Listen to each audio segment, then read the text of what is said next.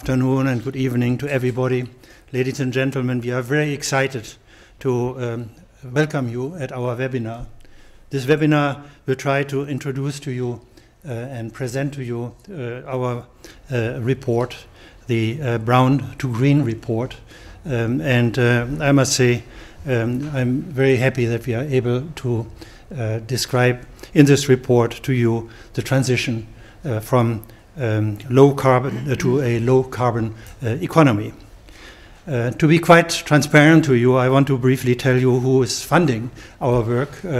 This year, our report was made possible by the Mercator Foundation, by the World Bank, and the European Climate Foundation. And I would like to express our appreciation for their generosity and their interest and support. We believe that the meeting of the G20 governments, the heads of governments, which will start here in Hamburg in 4 days from now, this meeting will give us a particular interest and a particular push with our message, because we believe that, of course, the G20 countries are particularly important to lead to decarbonization. After all, they control about 85% of the global GDP. After all, they are responsible for about 80% of all emissions, carbon emissions, and therefore they must be the main target at this time of our message. They are also very much interested in creating stability, creating a sustainable world, and therefore they are, of course, a very good target for our efforts.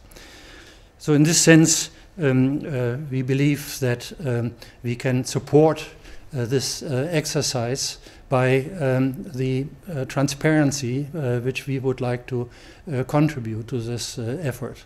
Transparency, which is not only leading to information, but it leads to credible information. It leads to objective information if it is provided by independent sources.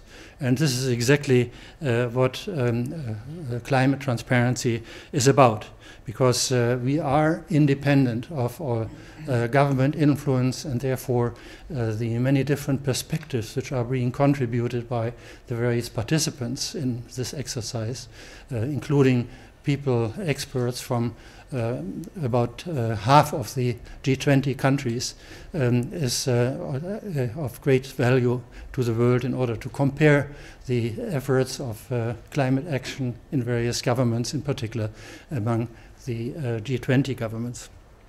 So it is in this context that we are very proud to present to you today our report, the 2017 Brown to Green report, which hopefully will help us all to discuss and deliberate about the necessary measures which have to be taken and lead to a sort of race to the top by the governments of the G20, but also other governments, by presenting the data in a very digestible form, in a very comprehensive yet very concise form, and therefore hopefully we think this can be a contribution to an important discussion of the way to a decarbonized world.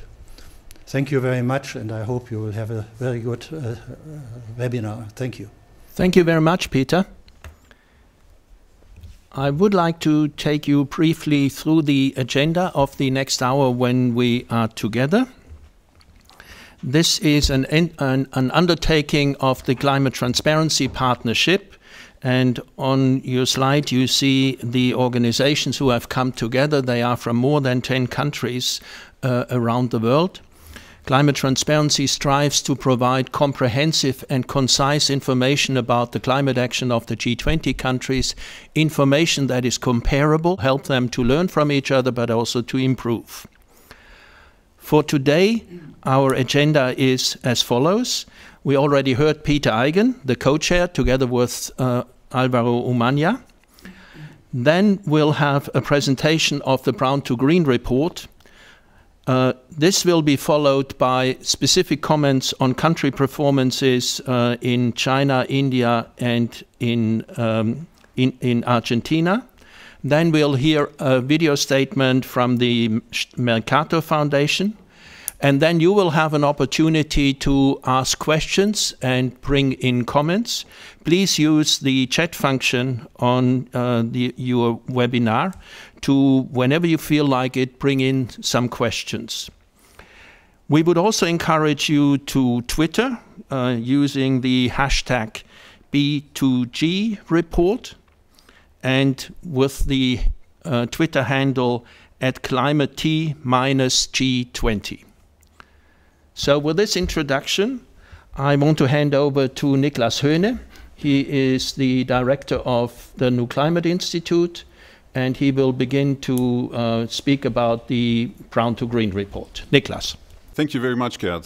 In this Brown to Green report, we have collected data from many different data sources to give a comprehensive picture of climate performance of countries. And since all countries are different, they are all starting from a very different starting point. Ways to assess climate performance are very, very different, and that's why in this report we collect data from very many different organizations that have different viewpoints of what climate performance is.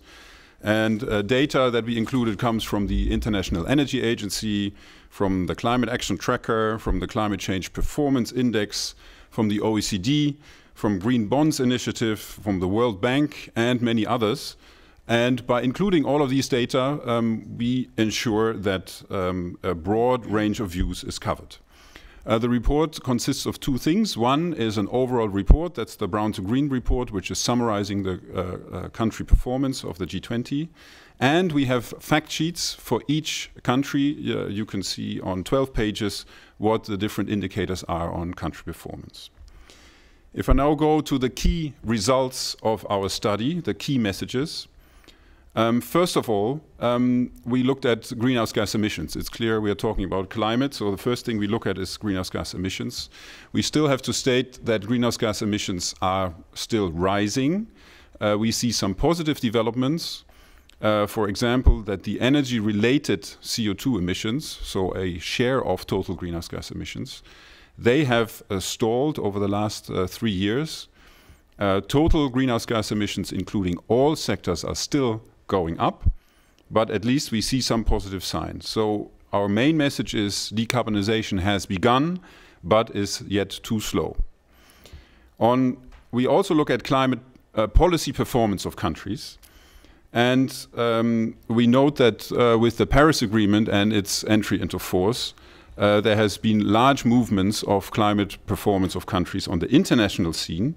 But the real challenge is now the implementation at the domestic level. So countries now really have to implement what they have proposed internationally. The Paris Agreement has global goals which state that temperature increase should be well below 2 degrees and working towards 1.5 degrees. And that basically means that we need to phase out greenhouse gas emissions completely and reduce emissions from the energy sector to zero by the middle of the century. And if you look at what countries have proposed, we find using the Climate Action Tracker assessment that none of the G20 countries has made a proposal under the Paris Agreement that is compatible with these long-term goals. So more has to be done. An important policy area is the emissions from coal, as we have to reduce greenhouse gas emissions to zero, and coal is a major contributor.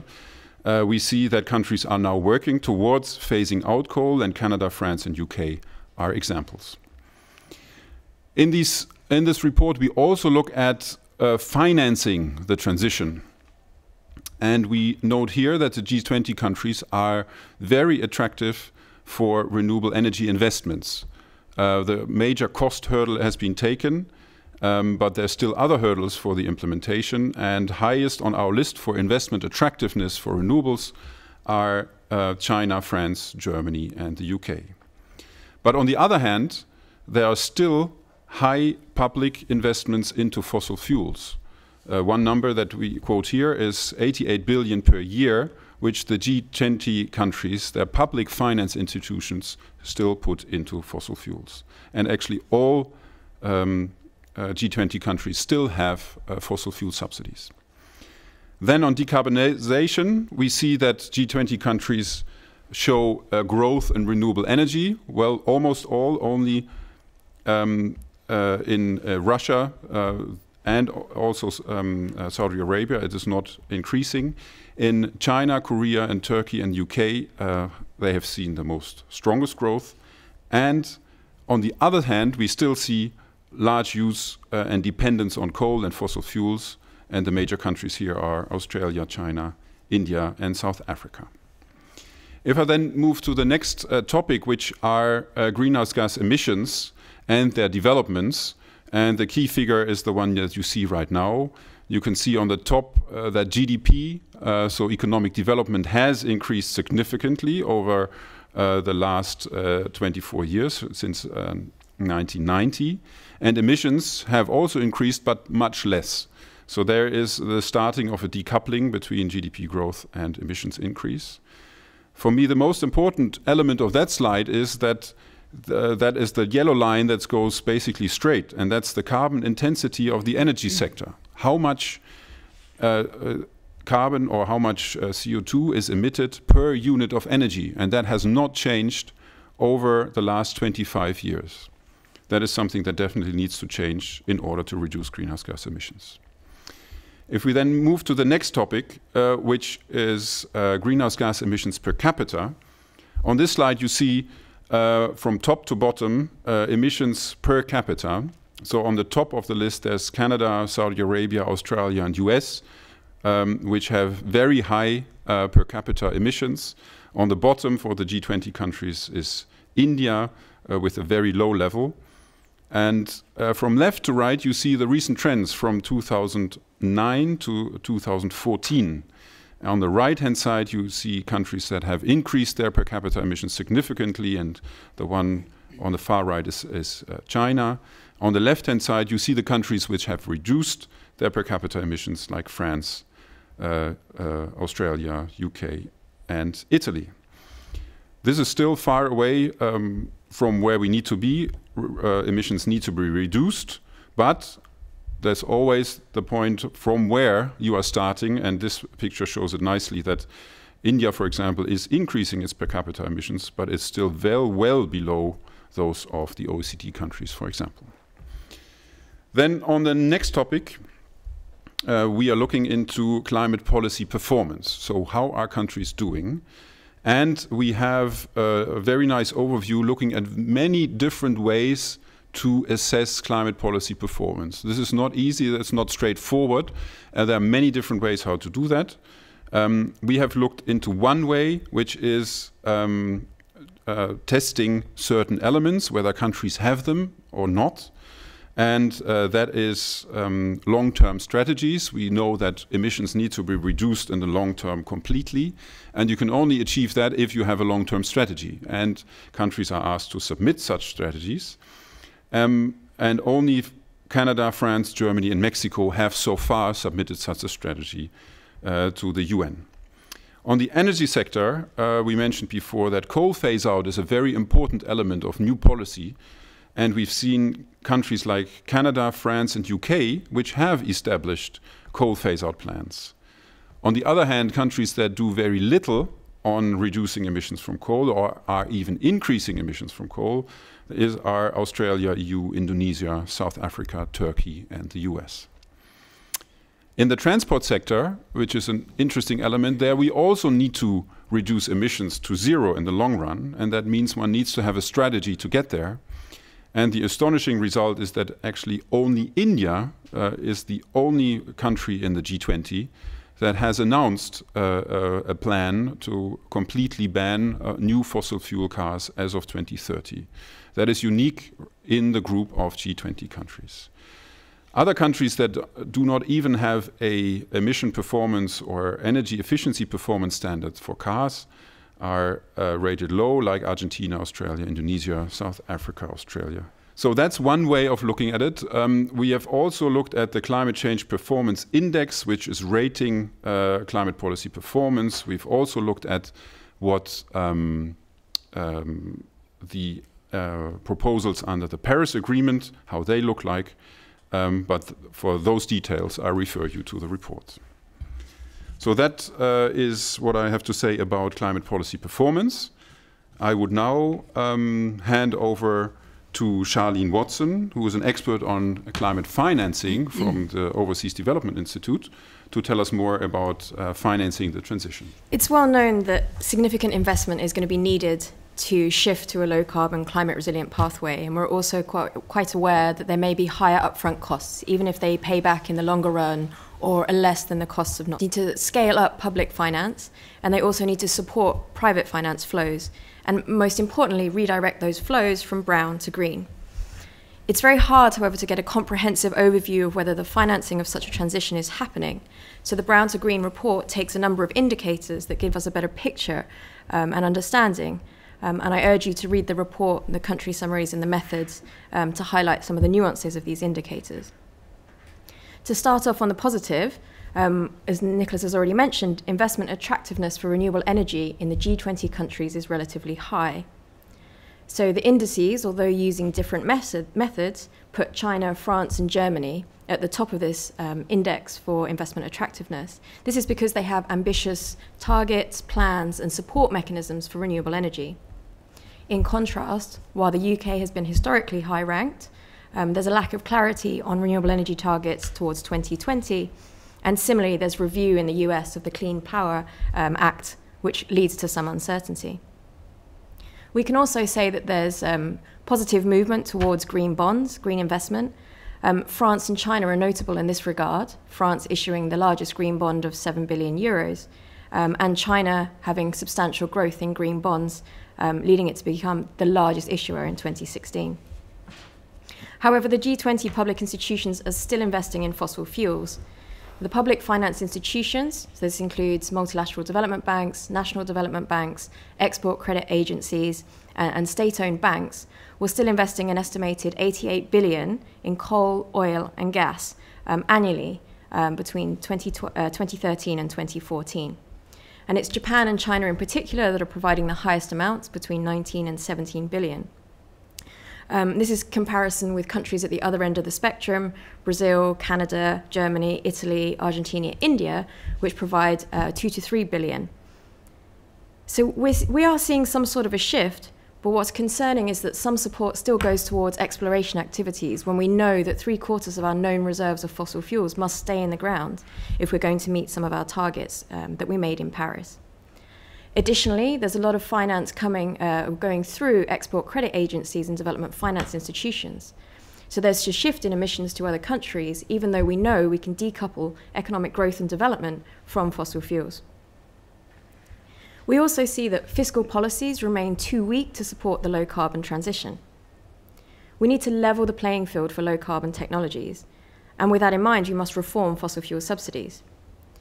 But despite the long-standing and annually reaffirmed commitments to phase out inefficient fossil fuel subsidies made by the G20, there's an estimated 230 billion in fossil fuel subsidies in 2014.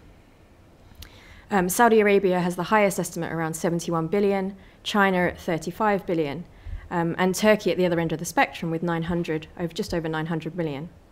Although it's worth noting that this data concentrates on national level subsidies, and so it doesn't include subnational subsidies that may shift the numbers for Canada, and it also doesn't include state-owned enterprises that may, for example, shift figures in Turkey.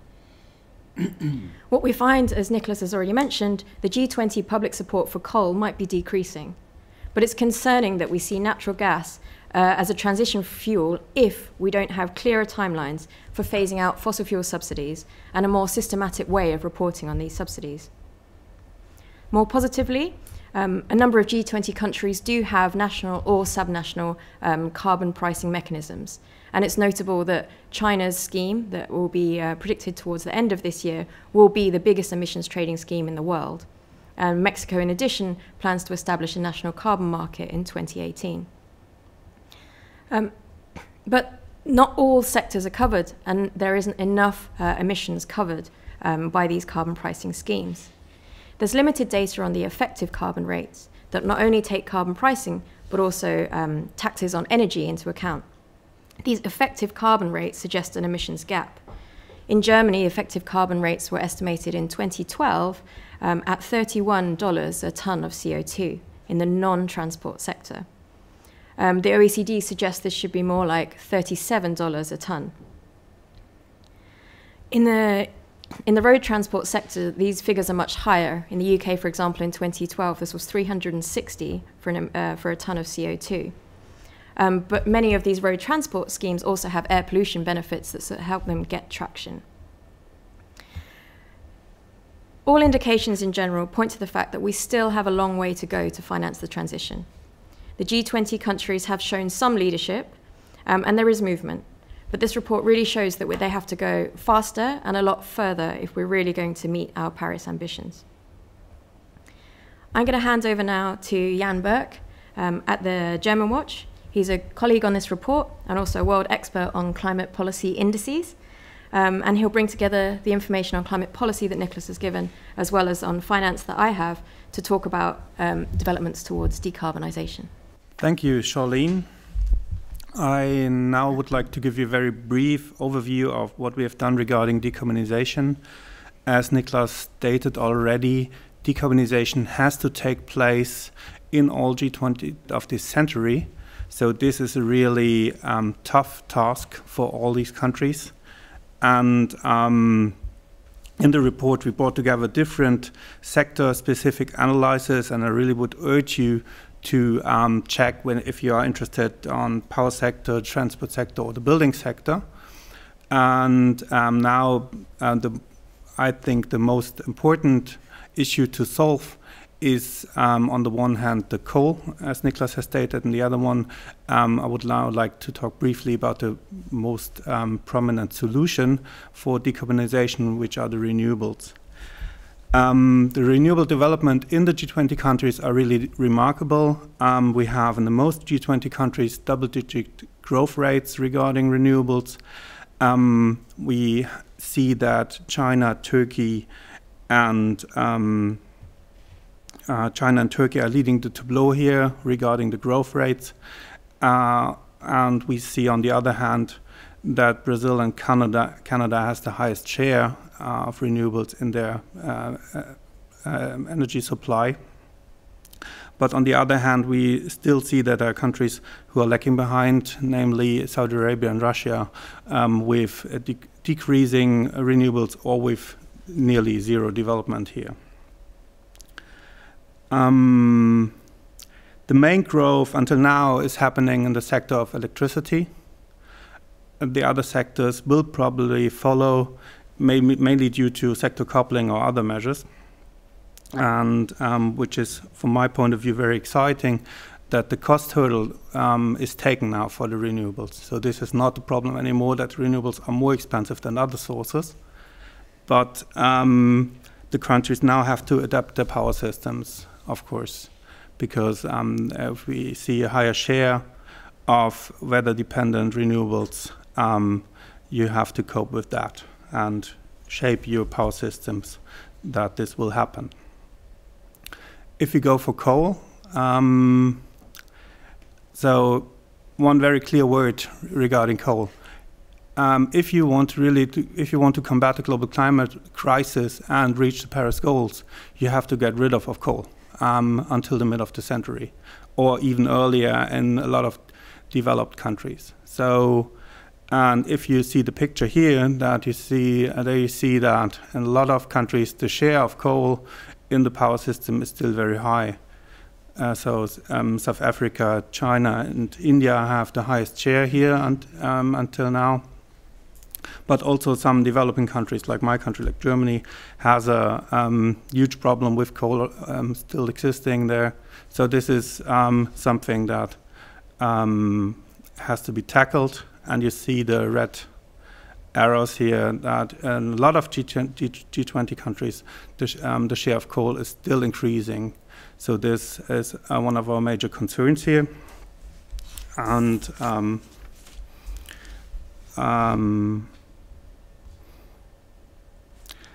one maybe interesting result on China is that China managed in the last 3 years to massively or substantially reduce its share of coal in the electricity system for the first time. So this is some positive thing that gives us a bit of hope and has a huge influence on the global emissions. If you go to the next slide to sum this up, as we have said, we have also very high, very nice rating tables for all the G20 countries for the different indicators. So we rate the countries on their energy use, on the share of coal, on the renewables. So if you want to double check this, please go into detail into the report. And as I said already, the highest rates of renewables we see in Brazil, Canada, Indonesia, and Italy. And the highest share of coal we see, the lowest rates for coal we see in Australia, China, India, and South Africa. Thank you very much. And you mentioned China already, and we have Chang Kechun from the Energy Research Institute of the National Development and Reform Commission in China here. Chang is a member of Climate Transparency and has been involved in the production of this report. Chang, please. We're also very happy to be a member of the Climate Transparency Group to join to release the report for this year, Brown to Green. We already heard a lot in the presentation about China. So if we look at it into this report, so far, from my understanding from the Chinese expert viewpoint, China is getting to care about the climate change. So climate change policy is going to be the key area for China's future development.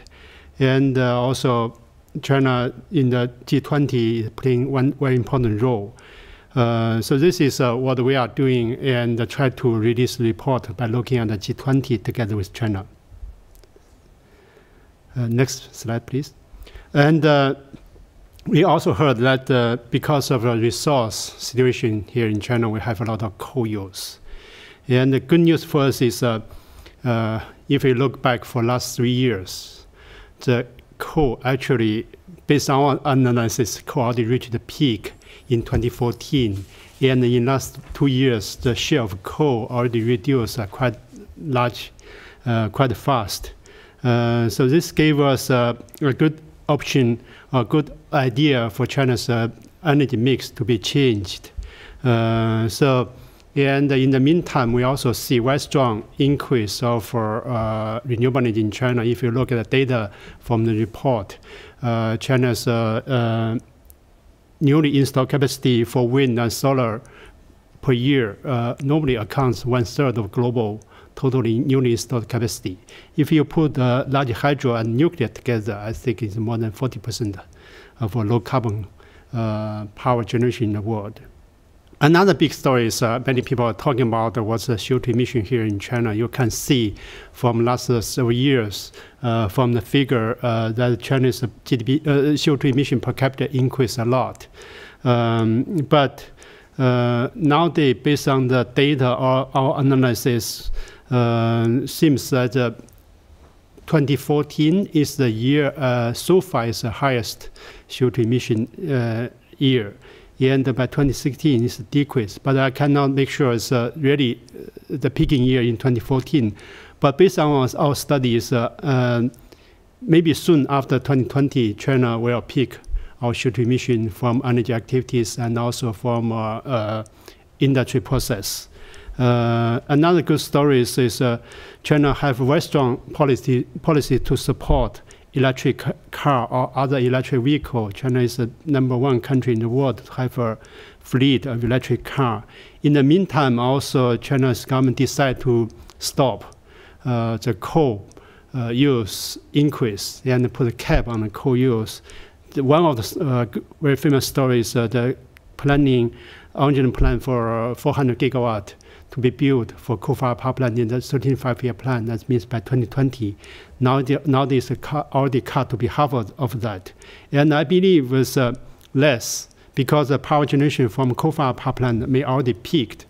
So this is good news for us to think about the future coal use.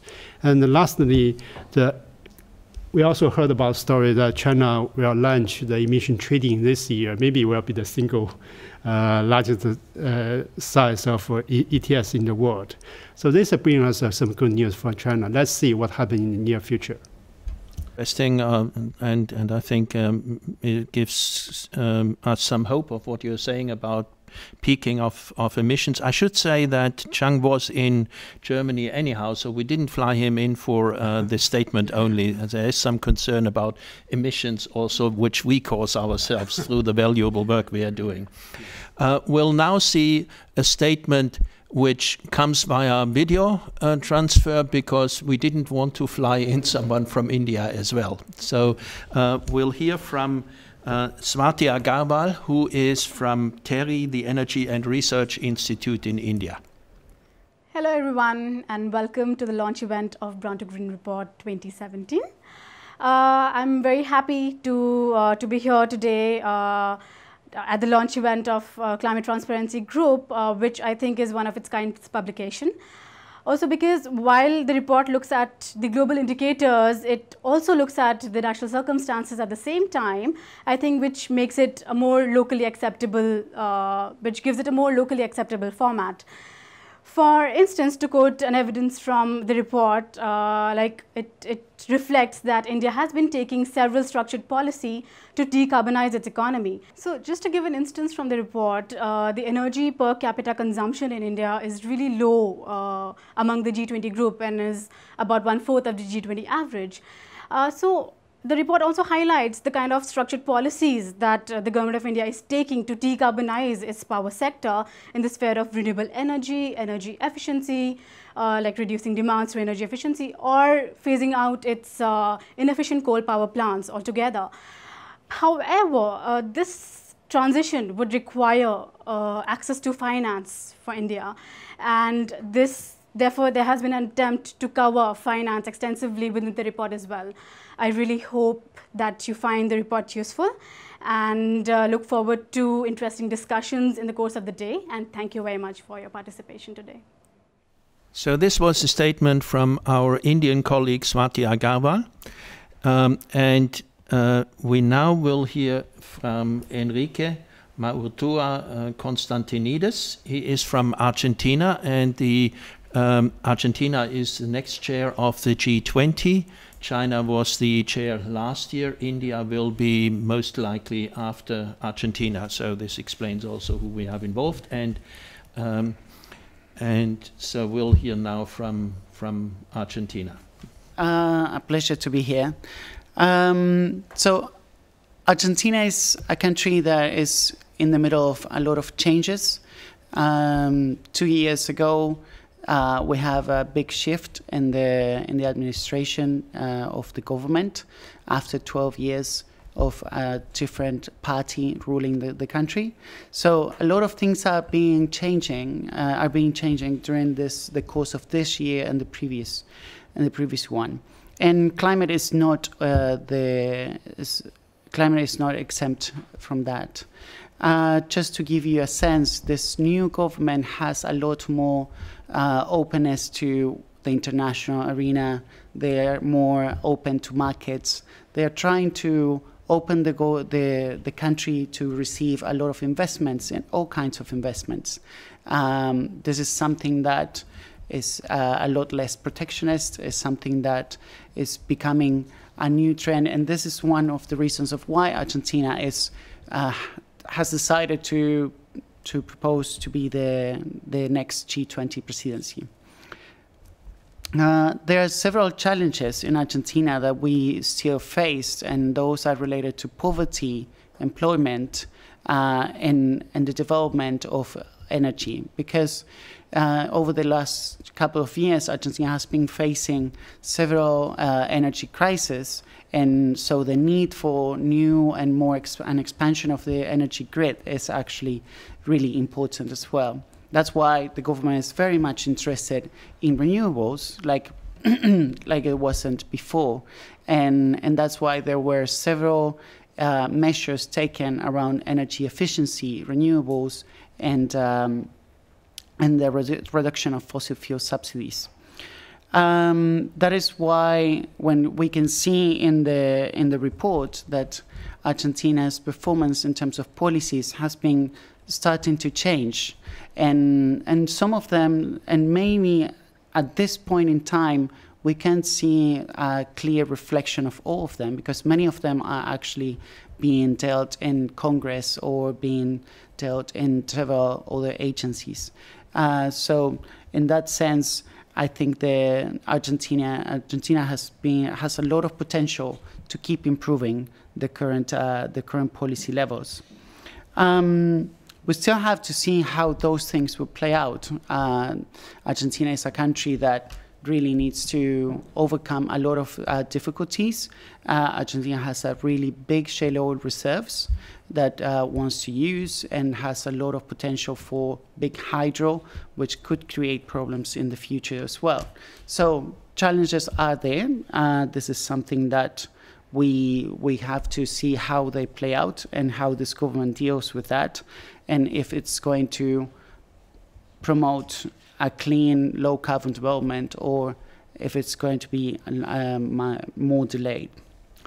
If we talk about the next G20 presidency, which is the case for Argentina, Argentina will take over after the 1st of December.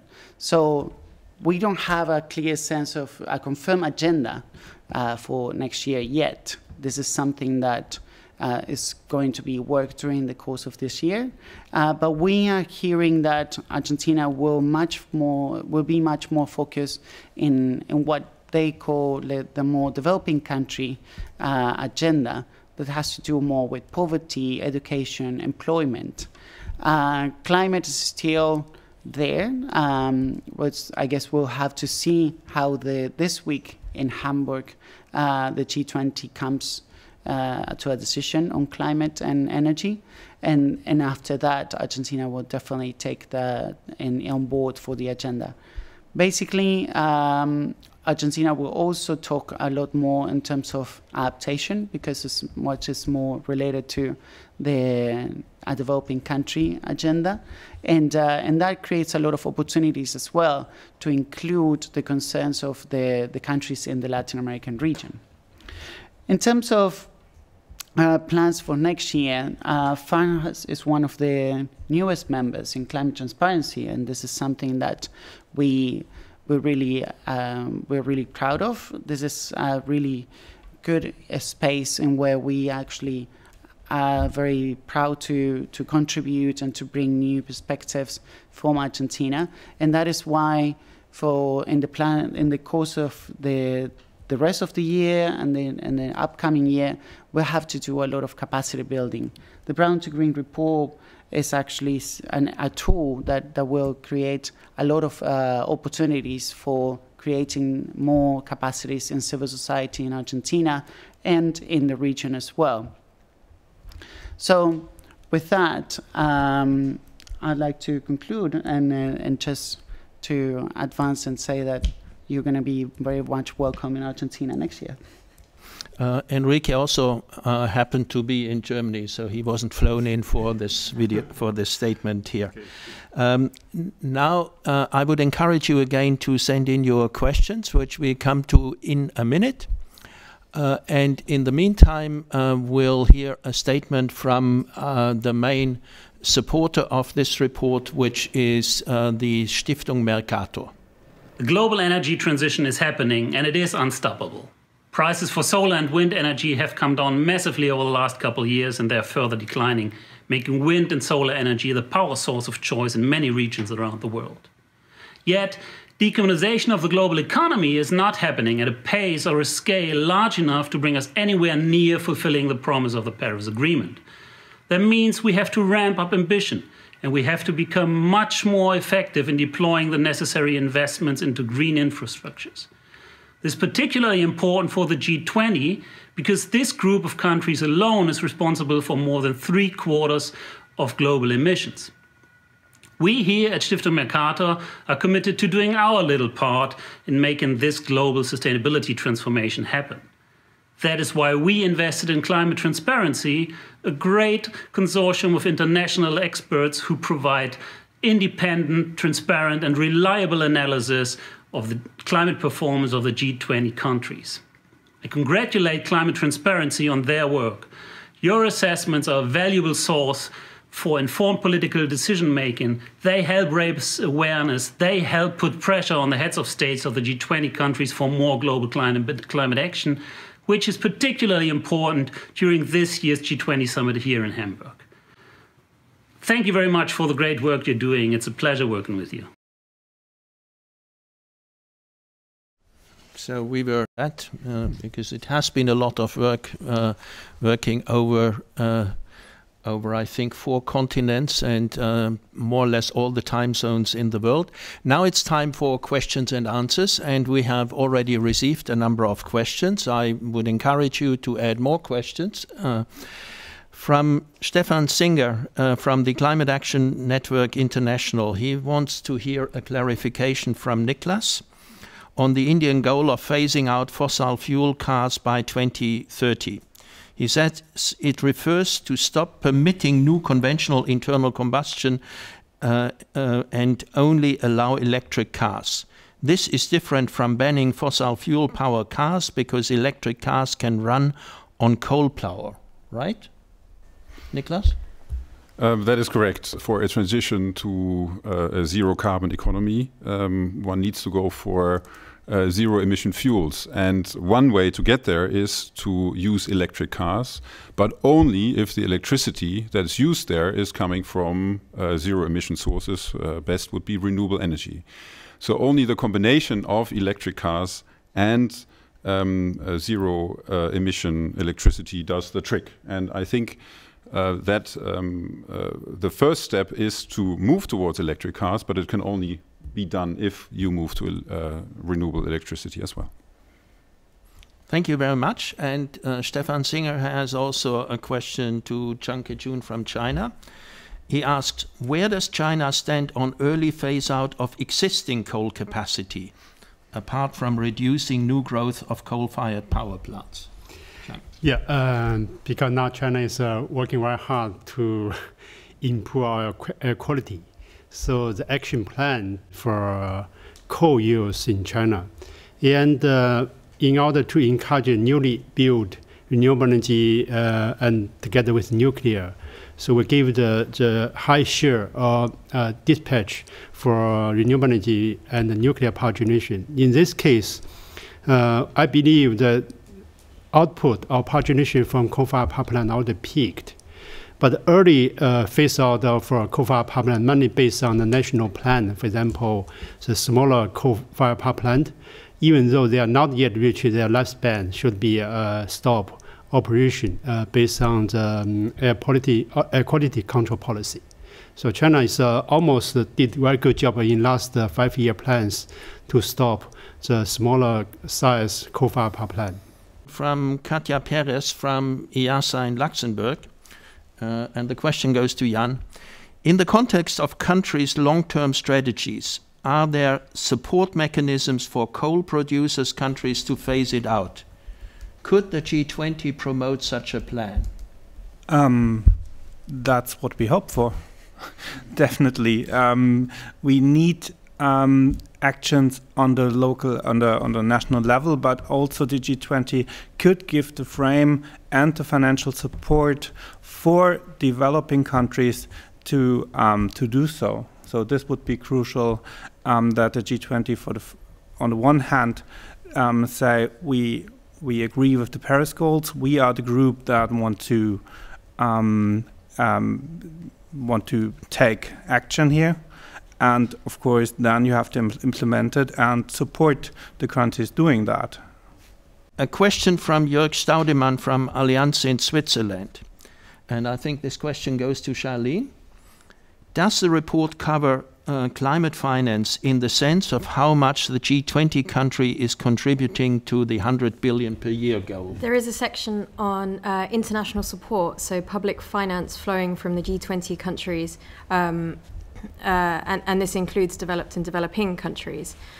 So we include the bilateral finance, which countries now report to the UNFCCC, and we see that there are leaders such as Japan that give in the region of around 8 billion, and there are also some laggards that give less in bilateral finance, such as Canada and Italy.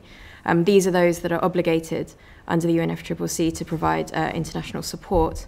Of course, there's very differing natures of the bilateral finance given. These are not all grants. There is inclusion of concessional loans, export credits, and many other instruments. So we should be very cautious when looking at the face value of these instruments. But it is promising to see that these the contributions are flowing, even though we may need to scale them up. I think it's a very complex question around whether we're getting to the 100 billion, given that it's both from public and private sources. So I'd imagine we don't want to go into a discussion on that right now. What is notable is that the 100 billion question is really about trust and faith in the UNFCCC process. We know we need a lot more than 100 billion. So seeing countries such as South Korea support the Green Climate Funds with their contributions of 100 million, seeing Mexico and Indonesia's contributions to the GCF, this is also very promising signals. These are voluntary contributions of developing countries really stepping up. Thank you, Charlene, and to get the next question already, because you mentioned the Green Climate Fund. Konrad Ritter from the Ritter Advisory Services asks, what role can the Green Climate Fund play in scaling up climate finance? We need to be able to unlock investment in the low carbon transition, and we need to progress, for example, other sectors as well as progressing energy.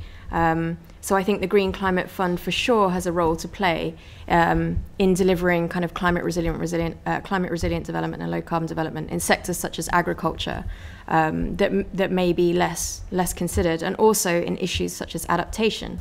That it's worth saying that we hope very much to integrate in a report like this as we understand more and more about local public goods as opposed to the kind of global public goods, and as countries increasingly put adaptation into their NDCs and national adaptation plans are formulated.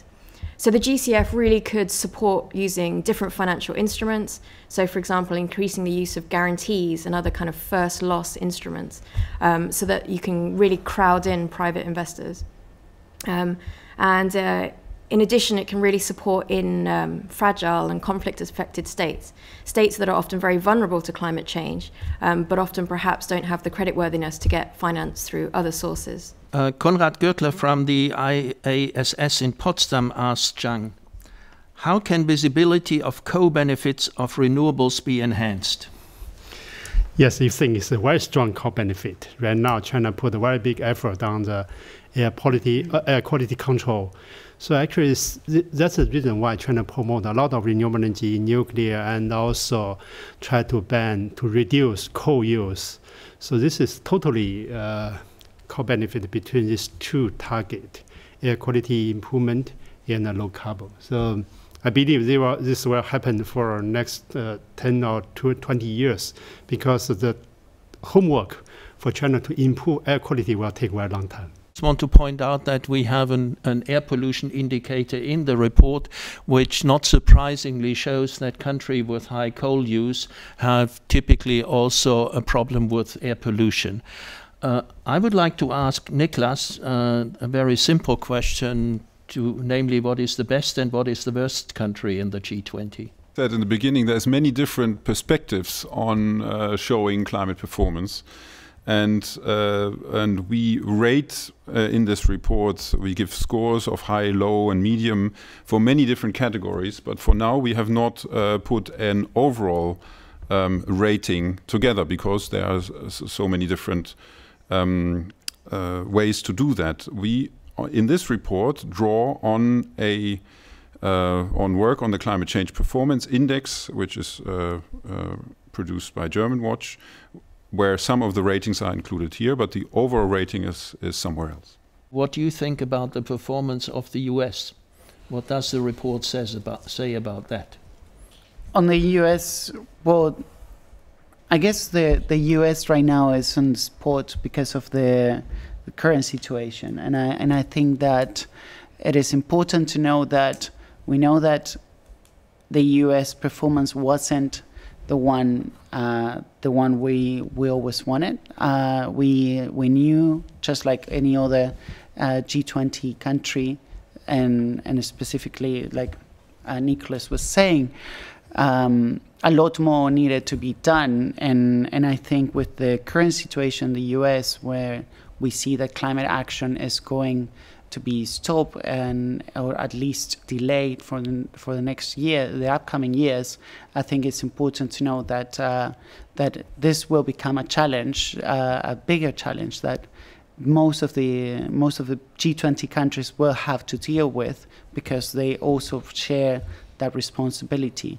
So this new situation with the US will create more problems in the upcoming future, especially those related to finance, because maybe in terms of emissions, some studies show that some of the states and cities will keep up the pace to maybe get the states not to go backwards. But in terms of finance, I think that's where most of the challenges will be, and the gap that we will be facing in the future.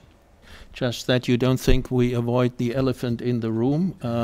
The report does state very clearly that the performance of the US has suffered enormously through the recent action of President Trump and his administration. We have a question from Elif Gundusiel from Ken Europe to Zhang. China's overseas coal investment, is there a contradiction between reducing coal investments domestically and having it growing overseas? I think it's really in time to have this question, because we just finished our report, how to regulate or set principle for China's overseas investment to be low carbon and green. Because in last 3 years, every year China's overseas investment increased at least 20% per year. So by last year, China's overseas investment is already going more than $150 billion per year, and 1/3 of them going to carbon-related activities. So this, if we don't have a regulation on such kind of investment, a lot of investment will go to high carbon. For example, in Indonesia, they plan for next 20 years to have 25 newly built coal-fired power plant. 100 of them come from China. So this is getting to be in our research area, and we just finished a report. We start to talk with a government official and how to limit such kind of investment. So hopefully in near future we can have some policy to show what's the direction for China's overseas investment on coal or coal-fired power plants. Report is that typically countries are rated better for their international behavior than for their national one. That probably wouldn't apply when it comes to investment in other countries. A question from Chen Xia from Beijing University of Technology. And it's about the impact on what the G20 could have with policies and financial support for low carbon development, especially now with the US withdrawal of the Paris Agreement. Jan, would you like to respond to that, please? First of all, it's clear that G20, we have here the countries with the most powerful economies in the world. So if they cannot change it, if they cannot act and impact into the problem, who can? So this is first answer the action. And what we have to try now, we have to find new alliances. I think the G7 summit was a good example how this could be done. Here we have an alliance of 6 states and excluded the US in the statement. And as long as the US and as the US administration is not willing to take the leadership, then they have to go out of the way and let the others lead. As now I cite a very prominent UN negotiator here. So this is, I would say, the task for the other countries for the next 4 years, and of course for the cities and states within the US. To put one last question, Germany is the host country of the G20, and it is not an easy task for the Chancellor. Can we have a quick summary of Germany's performance? And I know that Jan was looking closely into that. Start with a positive signal from Germany. Germany is still the country, one of the countries with the highest growth rates regarding renewables. Germany's support policies in the last year became a bit fluctual, so we have to see how this will develop in the future. On the other hand, we have a plan now in the government to reduce the carbon emissions to nearly to zero until the mid of the century, but we do not have any implemented measures, so we do not know how to reach it until now. So this is the task for the next government, which will be elected in September here in Germany. And there are in Germany, two elephants in the room. The one I've talked about already is coal. Germany is the country with the highest lignite coal use in the world. So this has to be changed. And on the other hand, in Germany, as you know, Germany is a car country, and so we have to shift away. So we have to change our habit how to transport goods and people significantly. And if this won't change, we won't reach our Paris Agreement goals. I just would like to point you to the full report, which is available on www.climate-transparency.org. You will also find the very extensive country fact sheets, which give you a lot of information of each of the countries. We hope we have whet your appetite on that information. And there will be country-specific releases of the report done by our partners all around the world. So please watch out for your media, and you will also find the country-specific information on the website. You will also find media contacts on the website, so please do make use of the website. And I would like to thank all of you who have participated. If I haven't said it, people from more than 30 countries have registered for this event. And I would like to thank our panel for providing this hopefully very concise and interesting picture of how the G20 are doing. We're all looking forward to the summit at the weekend and hope for progress with respect to climate to coming out of the Hamburg summit. Thank you very much.